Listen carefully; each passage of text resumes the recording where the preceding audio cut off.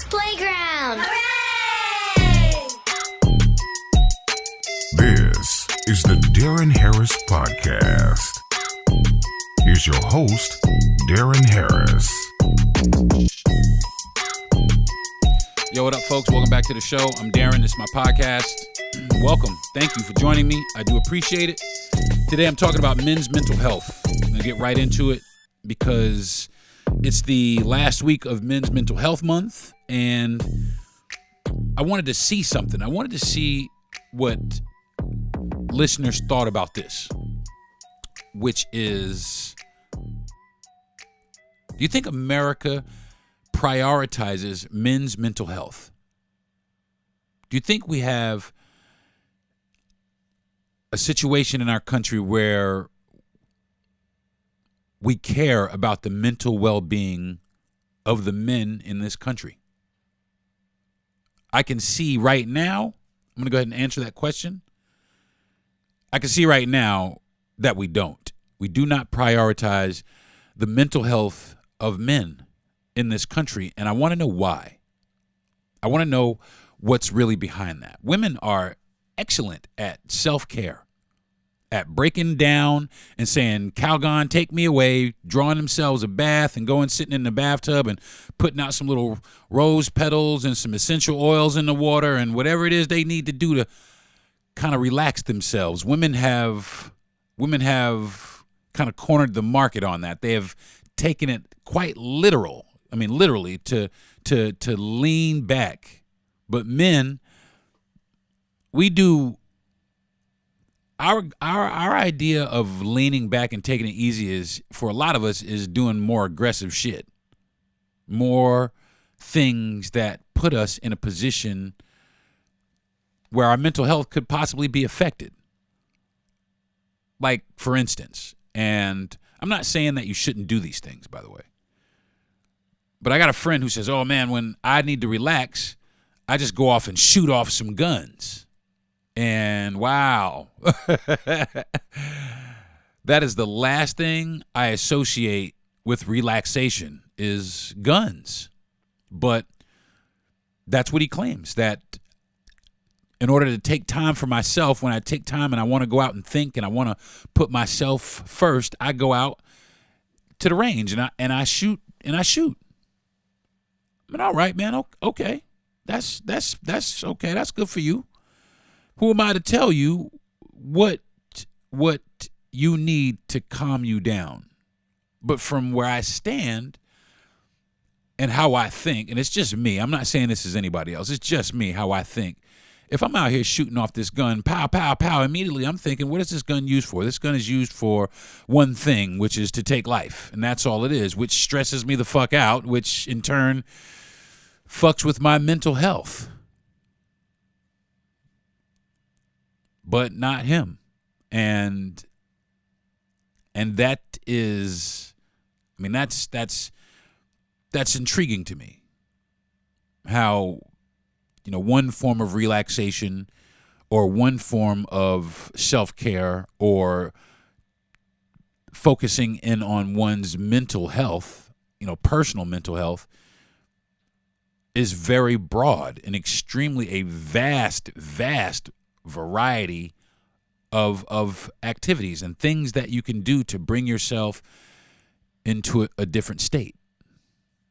But our mental health, though, there's a lot of guys that I know. There's a lot of people that I know. This person with the gun fetish also. This person has clear mental health issues, has some issues that he is not really willing or wanting to address for a couple of reasons. One, the main one really is because he really doesn't think that he has a problem or that what is going on with him is a problem, which I beg to differ. And I think, and I believe this, the other one is he's embarrassed or he's just macho to a point where he has said to himself and told himself and everybody else around him that he does not need help. And so he drinks, and he drinks every day. I'm not going to say most days because it's every day. It's every day. And pretty good. Makes pretty stiff ones. Goes through handles. One handle a week. One handle sometimes in a few days. And it's a thing. It's a thing. And he does not see an issue. Doesn't see a problem. But, I'll be honest. I, for a long time, didn't realize or see it myself until I myself was diagnosed with major depressive disorder and extreme anxiety, and was able to, take what I had been experiencing in, my therapy sessions, and, not really necessarily diagnosing my friend, but just seeing some of the traits that were in him that were in me, and just realizing that this man needs help too. This man needs help. He is hurting, and he needs to get it off his chest. He needs to stop holding it in, because take it from me, folks, when you hold things in, you scar yourself. You hurt yourself. It is important to get it out. And that's one of the reasons I started doing my podcast. That's one of the reasons. That is really, it's the main reason I really started doing my podcast, was for my well-being, was for an outlet, a release valve. Instead of keeping everything bottled up inside of me, I needed a release valve. And that is the main reason I started doing this podcast, is so I could have talk therapy after I was done with therapy. Because I cared. I cared enough about my mental state to be proactive enough to do something about it. To say, on top of therapy, after I'm out of therapy, I'm done with therapy. Okay, I had a good session, and I'm enthused about it. How can I keep this going? Well, my wife and my best friend, who is also my producer, said, "Why don't you do a podcast?" And it took me a while to get it up off the ground. It took me a while. I put it off and procrastinated. No, I can't do this. And after a while, I began to realize that I needed to do it, because I needed the additional release that I was getting on top of therapy. And I'm so glad that I do this podcast, because it does help me, and from time to time it helps other people. And that's what I want. That's what makes me happy, is helping other people. So to sit here and see my friend, do these things to himself, or kind of turn things away that he should be turning into, is a little hard. But at the same time, I kind of keep my distance. Not so much, but I'm like that. I'm like that nagging motherfucker sitting on your shoulder, saying, "Hey man, knock, knock, knock, tap, tap, tap. Hey man." That's me with him. And I make it clear to him that there is nothing to be ashamed of. Nothing. If you need help, man, you need help. And it's okay to ask. Because for a long time I thought I could do anything. I'm Batman. I used to tell people I can do anything. I'm a superhero. I can do anything. Until I realized that I couldn't. Until I realized that even as a superhero, all superheroes have weaknesses. And it was true. There's kinks in my armor. Things that I didn't understand. How did I get here? Going through periods of homelessness and periods of joblessness and looking for a job and being turned away. Things that went on with my kids, things that went on with my parents and my family, and all these injuries that I have sustained to my emotional state, to my mental state. Big, deep scars that I just overlooked, and just I can get past that. I can get by that. And for a long time I did. I believed it. I suppressed it. I put it out of my head. It didn't matter so much. Didn't really think about it. Until one day it just creeps up on you. It just creeps right up on you. And I'm a man, I'm a man, and I've talked about this before on my podcast, but I like to, I'm on some machismo with it sometimes. You know what I mean? I'm a man. I'm a whole man. You know what I mean? I do man shit. I'm a guy. But one day, I'm managing this restaurant, a little lounge, and I'm having a staff meeting. And right in the middle of the meeting, out of nowhere, I feel this little lump in the back of my throat. And I had no idea where it came from. And I couldn't contain myself and couldn't control myself in front of my staff. And I just start uncontrollably crying. Yeah. Out of nowhere. And what the fuck was that? And my staff is looking at me like I'm crazy. And after the meeting, I went in the office, and people were coming back to, hey, man, you all right? You good? You all right? Yeah, man, I don't know what the fuck that was. I got no idea why that happened. And this was before I was diagnosed with anything.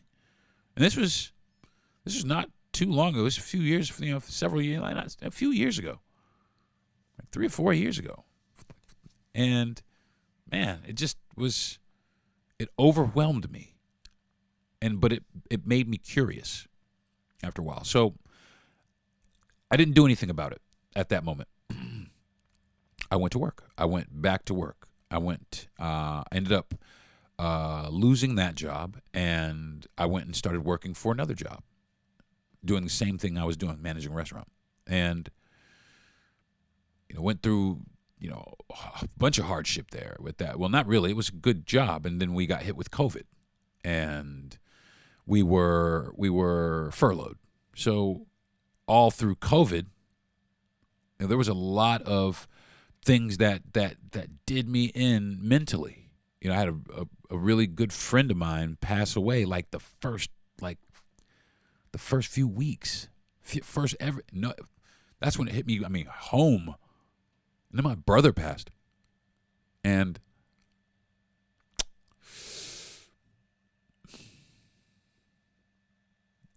yeah, my brother passed. And people wanted to say that it was like a blood clot. Nah, okay.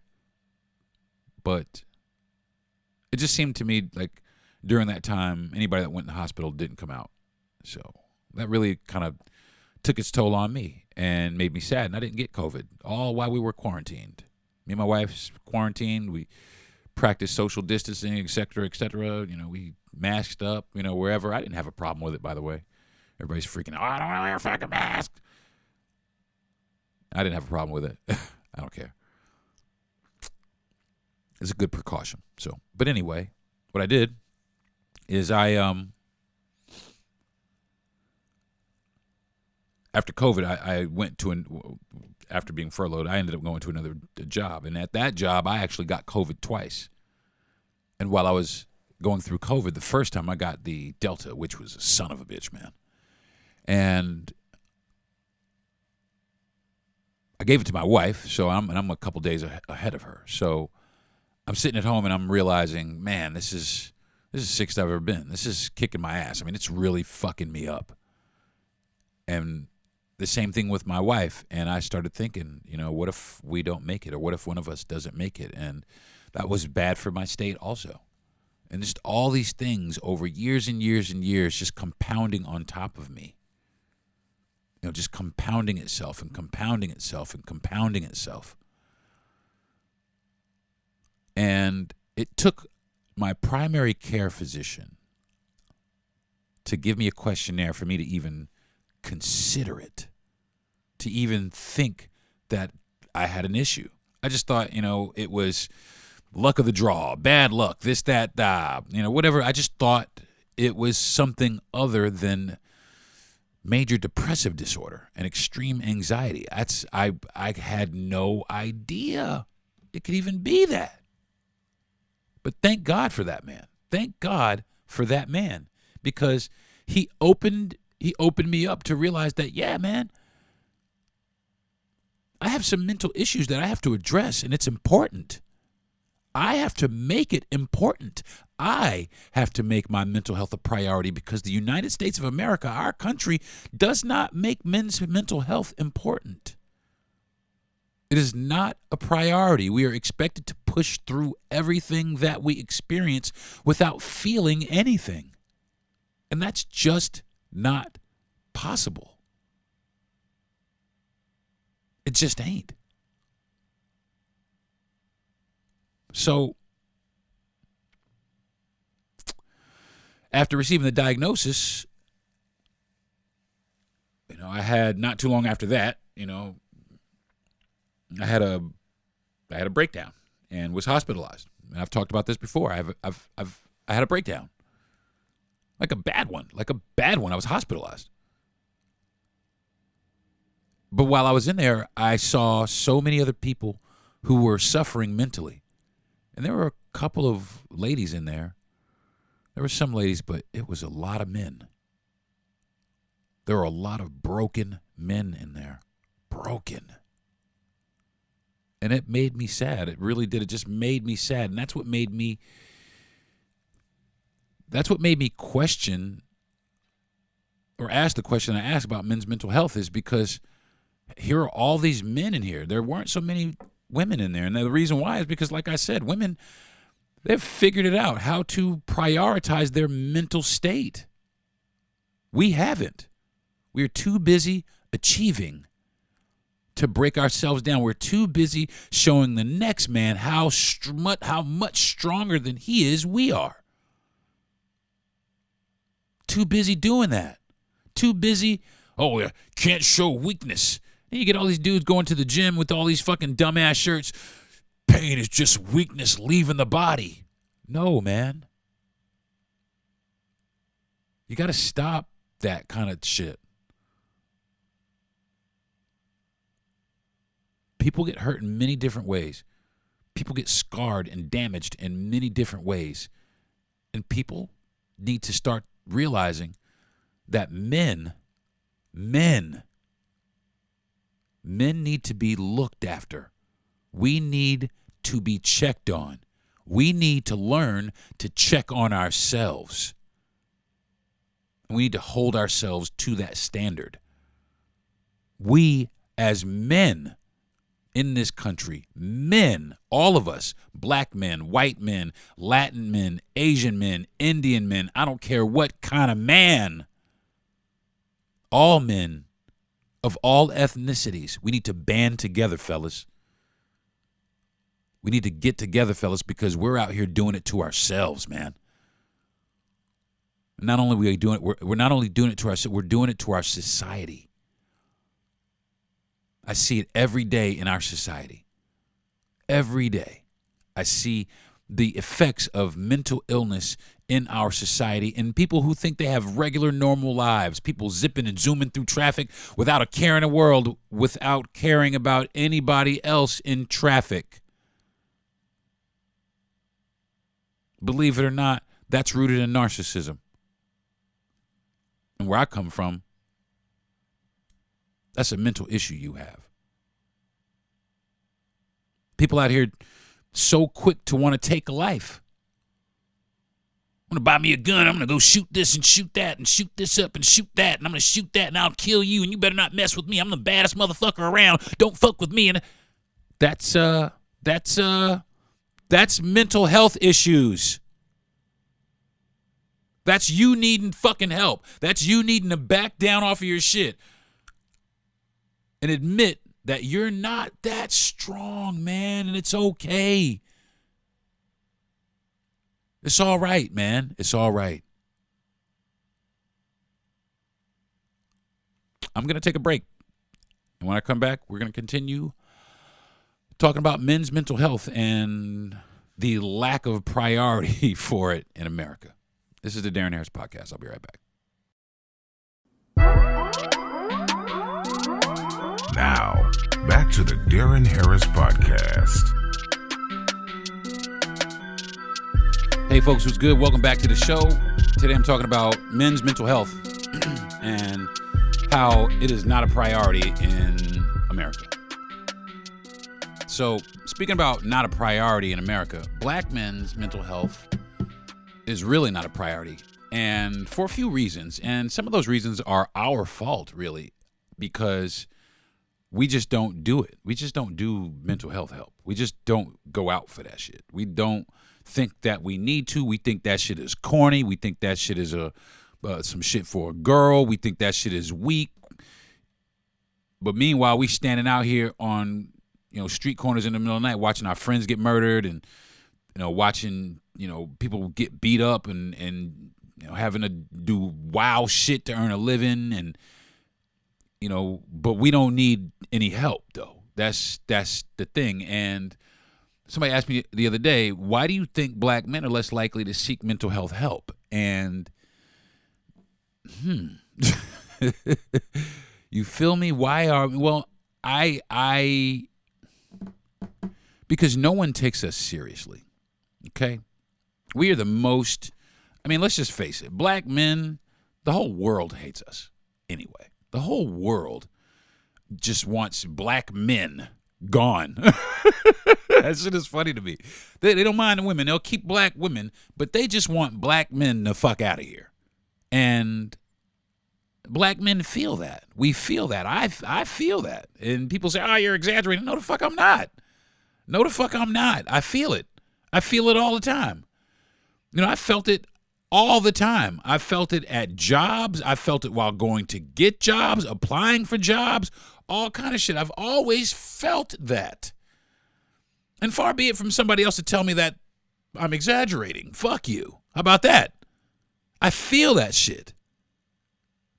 They just want us gone. So nothing or no issue that surround, and that's why issues don't get taken care of, because I think if it was black women, some of the issues may be fast-tracked. But the fact that a lot of it is and I'm not making shit up either.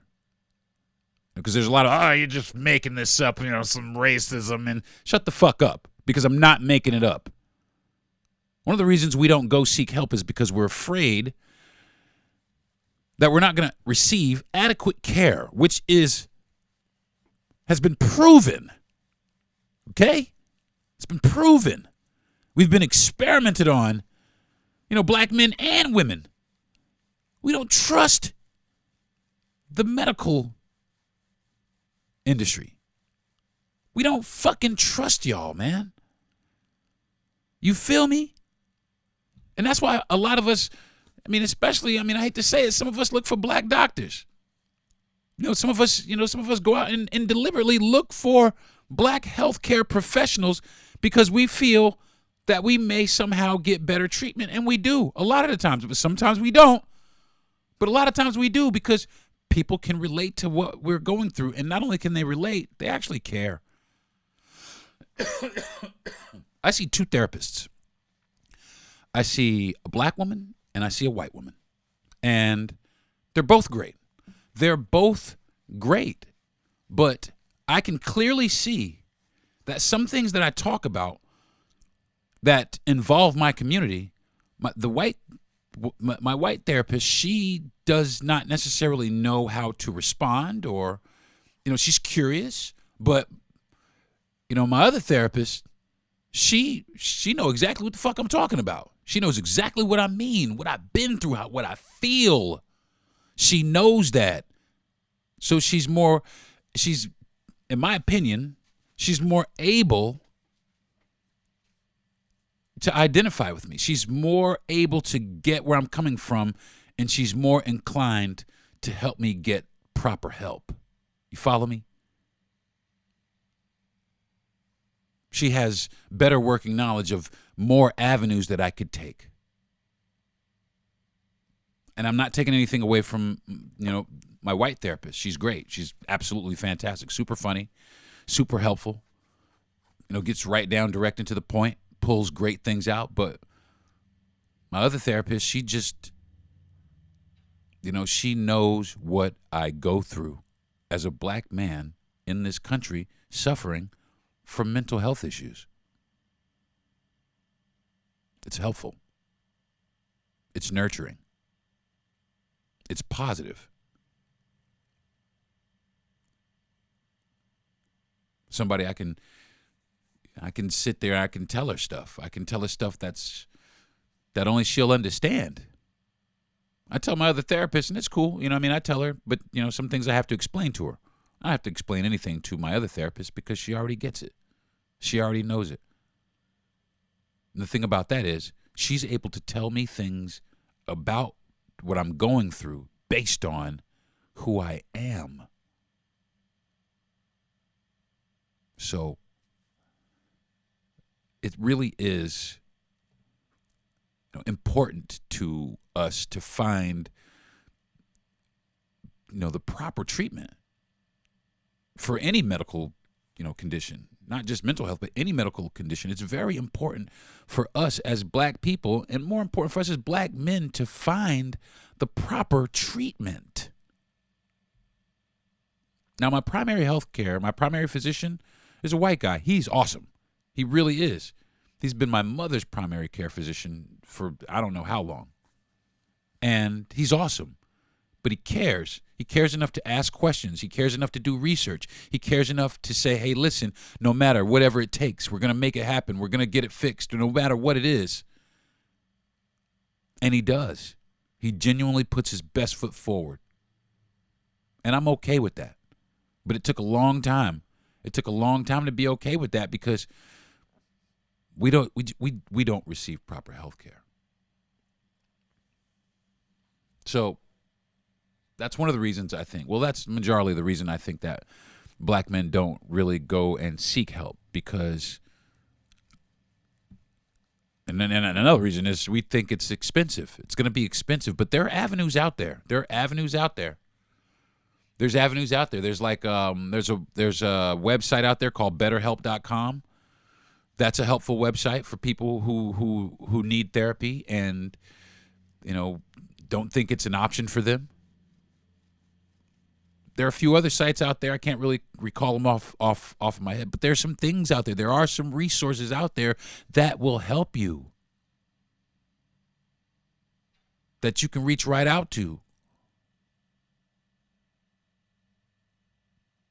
Somebody also asked me, how does the perception of strength and resilience impact black men when they seek mental health support? And it does impact us because I think that, dude over here looking at me is looking at me as some sort of hard rock. And I'm looking at him also as some sort of hard rock. And I'm looking at the rest of these niggas around here as some sort of hard rocks. And that's what we give off. We give off that hard rock mentality, that nothing can penetrate my tough skin. I'm hard as nails because you got to be out here in the streets because the streets is hard, nigga. That's what it is. That's that mentality. That's that mentality. And it's hurtful because that same mentality prevents us from asking for help out of fear of embarrassment in front of our peers. We don't want to be embarrassed. We don't want to be clowned on. Because, let's face it, black people will clown you for fucking anything. They really will. They will clown your ass for anything. They don't give a fuck. They don't give a fuck. We just don't. A lot of us would just clown you for anything. But motherfuckers clown you because it makes them feel better because they don't feel any better than you do. And when motherfuckers clown each other, what happens? People laugh. You gain a little bit of instant gratification. Ha ha ha. A little bit of acceptance. Right? Clowning on somebody. But the other side of that coin is the other person's mental state and what they go through and what they wrestle with. When they go home and lay down, they just got clowned on by all their homies. I'm supposed to be this hard rock dude, but they're conflicted. You know what I'm saying? And it becomes a problem. It really does. It just becomes a problem. It just you basically it's I don't want to say bullying because motherfuckers are much older. I wish a motherfucker would try to bully me as an adult. You know what I'm saying? But that's essentially what it is. Motherfuckers bullying motherfuckers out here in the streets because you tough. What happens? You get bullied too much, motherfuckers want to start shooting. That is mental health issues. And we're creating more. We're out here killing each other, killing family members, other family members, creating more mental anguish for those people and those families, people we've never met, people we don't even know, people we've never seen, don't know anything about. We have just affected their life because we got called a bitch and I shot this motherfucker because he called me a bitch because I can't look soft in front of everybody. And we don't realize that that is mental illness. Entire communities, entire populations suffering from mental illness. And nobody doing nothing to take care of it. Nobody doing nothing. We don't look to anything to take care. Oh, yeah, wait. I do. We do look to one thing. We look to one thing to take care of our mental state of being. One thing and one thing only is going to take care of your mental state of being. And that's the church, right? That's Jesus. Jesus is going to take care of that. Some people think mental health is a sin. Shit is ridiculous. Religion is going to help me through my mental illness. Just go home and pray. The God gonna work it out.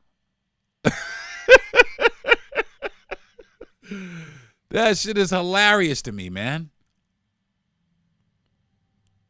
You know how many churches I've been in crying on my hands and knees, begging someone to help me. Begging people to help me. And they ain't got nothing for me. Well, brother, why don't you just sit down here for a minute? We can counsel you. Do you know who God is? Do you understand? Yeah, I know exactly who he is. I've been praying to him for a long time. Been praying to Jesus too for a while now. A minute I've been praying to Jesus. And here I am. A puddle on the floor of the church. Well, have you given your life to God? Have you given your life to God? I've tried that too. And still nothing. Circumstances of life. Oh, well, that's just God's will. Well, it must be God's will for me to sit here and suffer with depression and anxiety. That's God's will. I'm here to hurt and suffer, just like the rest of these communities. We are here to hurt and suffer in the name of God. People need to miss me with that. Religion is not going to fix your mental well-being. All right? Let's just put it out there. I don't give a fuck how much they scream at you. God said that mental health will be gone from your body in 1 week's time. Is bullshit. Okay? Let's just put that out there, folks.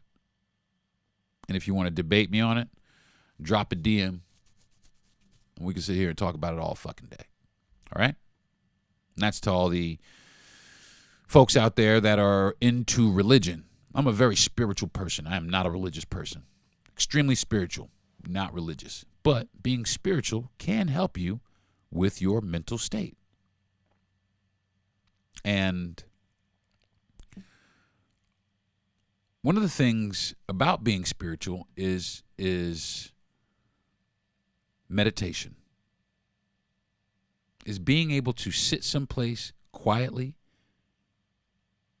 and not necessarily think, but not think, and decompress and let all of those things go for just that little bit of time and focus inside on yourself. It is okay to do that. Motherfucker, that's corny. No, it ain't. No, it is not. What's corny is motherfuckers telling you that it's corny. That's when it gets corny.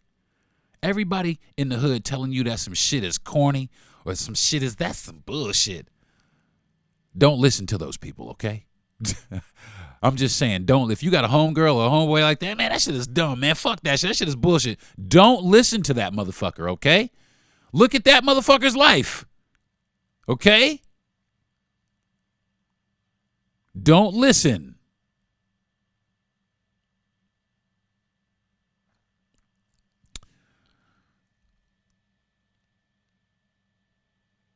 It's difficult out here, folks. It really is for everybody.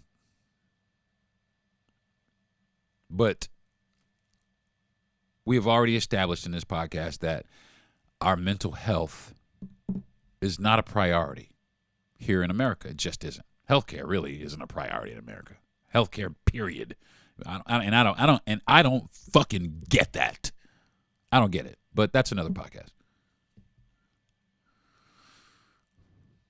But our mental health is serious. And we have to start treating it like it is.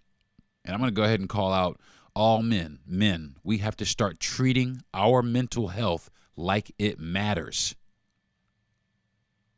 If we are doing something to ourselves, that's stop doing that shit.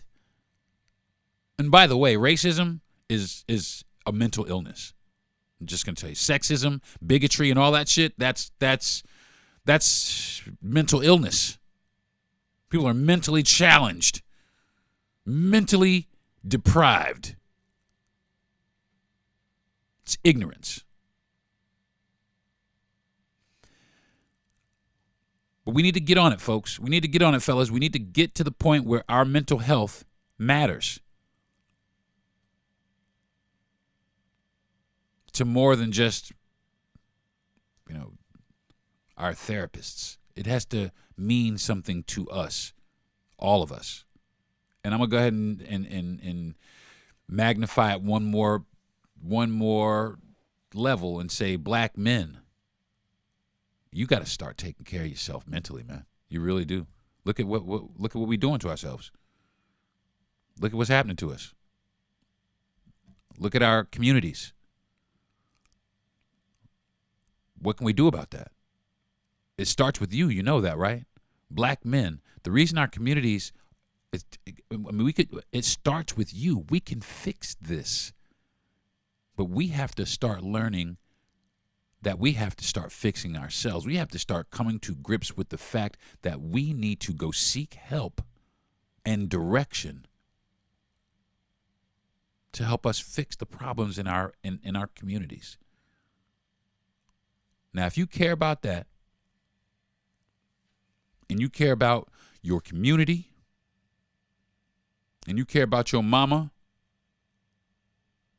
then you owe it to yourself and your community to go out and seek help, man.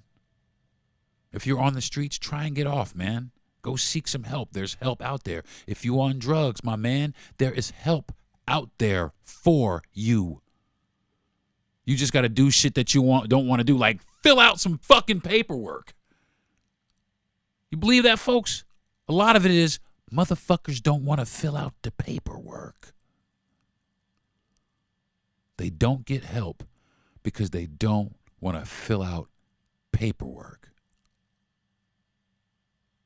That's a shame. It's embarrassing.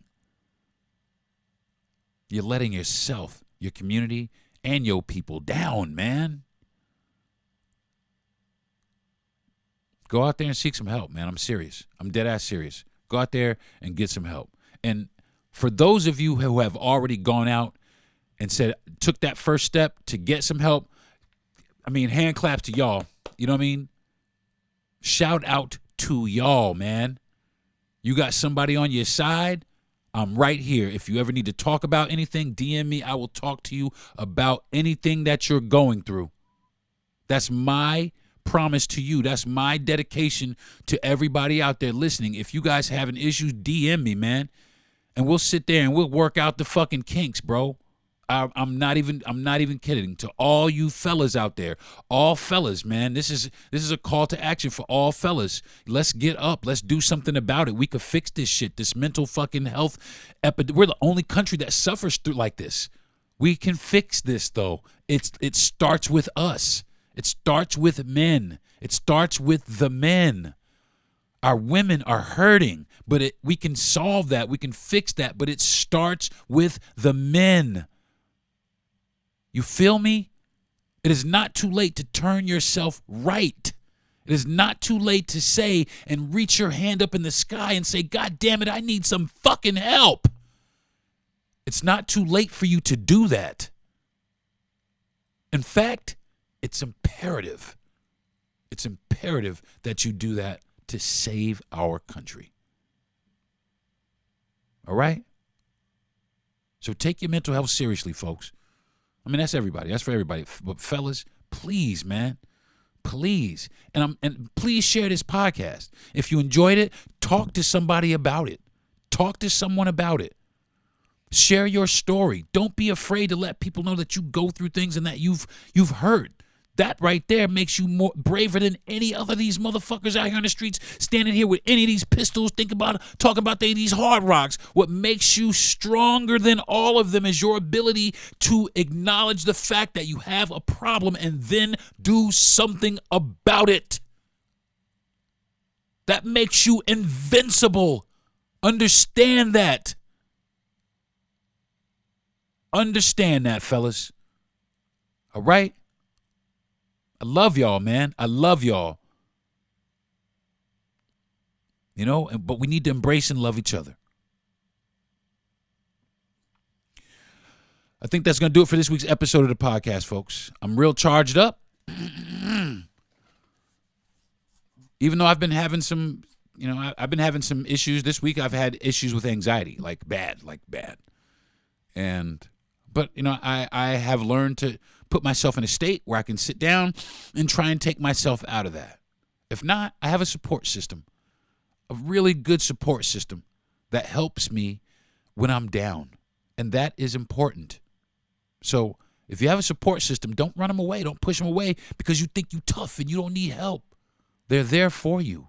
They've been put there for you. You have to acknowledge that. Okay? I want to thank my parents, man. I really do. Even though I'm all fucked up in the head, I want to thank my parents. Because one thing I can do is I can talk to both of them. I can talk to my parents when I have problems. My father drops everything he's doing, even today. I'm 54. I'm in a week. And if I call my dad right now and say, Dad, I need to talk to you, he drops everything he is doing to sit down and talk to me. And I love that man for that because he has helped me through some things mentally. He has caused some things mentally, but he has also helped me through some tremendous things that I just didn't think I would ever have the mental capacity to deal with. So I want to thank my wife because she is also part of my support system. She tells me the man when I feel that I'm not, and she just makes me believe that I am. Every time I tell myself and reinforce myself, you're a piece of shit, she tells me and reinforces me that I am not. And I thank her for that. I thank my best friend because he is also part of that support system. But sometimes his advice can be a little extreme, but he means well every single time, every single word, every single breath, especially when I've probably been on the phone crying to that motherfucker more than any person I've ever talked to. I've probably sat and shed more tears on the phone with that man than anybody else. Helping me walk through my life. When I watched 9/11, he was on the radio in Morgantown, West Virginia. He was trying to frantically to get me on the phone. And then finally when we were able to speak, man, it was just, the greatest. I heard it in his voice, just so much elation that I had not been hurt. And that right there, that's a bond that I cherish because that's a person who genuinely cares about my well-being. I want to thank Gentry Thomas for giving me my platform to talk about mental health, man. Thanks. I really do appreciate it, G, because if this has any possibility of helping anybody, I don't care if it helps one person, then I'm happy. I'm satisfied with it. I'm good with it. You know what I'm saying? And lastly, I want to thank everybody out there listening. I want to thank the people who listen, don't listen no more. I want to thank everybody who has listened. I want to thank all the listeners. I want to thank everybody. If you've made it to this, I want to thank y'all, especially if you've made it to this point right here. I want to thank you guys especially. I love you. I really do, man. And you guys are the reason that I do it. You're the reason that I do it, is because it helps me come out here and put myself out here on the line and be honest with myself and be honest with you. And I hope that I'm giving you good content, and I hope that this is helping. And if it helps you, drop me a DM, man. You know, I'm not some guy that says, oh, you got to put $5 in my Cash App. I'm not that guy, man. Just let me know you're doing all right. Just let me know that you are good. And that makes me feel good, y'all. You hear me? You hear me? So, until next week, y'all, I'm Deron Harris, and this is my podcast. And anybody out there who is suffering, you know, from mental issues, you have a person to talk to. You know, follow me on my social media, and you know, drop me a DM, man. Drop me a DM and we'll chop it up. I don't care who it is. I don't care where you from. I don't care what language you speak. I'll cross the barrier because I want everybody to be okay. All right? So, until next week, folks, I'll holler at you. Peace. You've been listening to the Deron Harris Podcast. Subscribe to the show, give a good rating, and everything you need to know is at DeronHarris.com.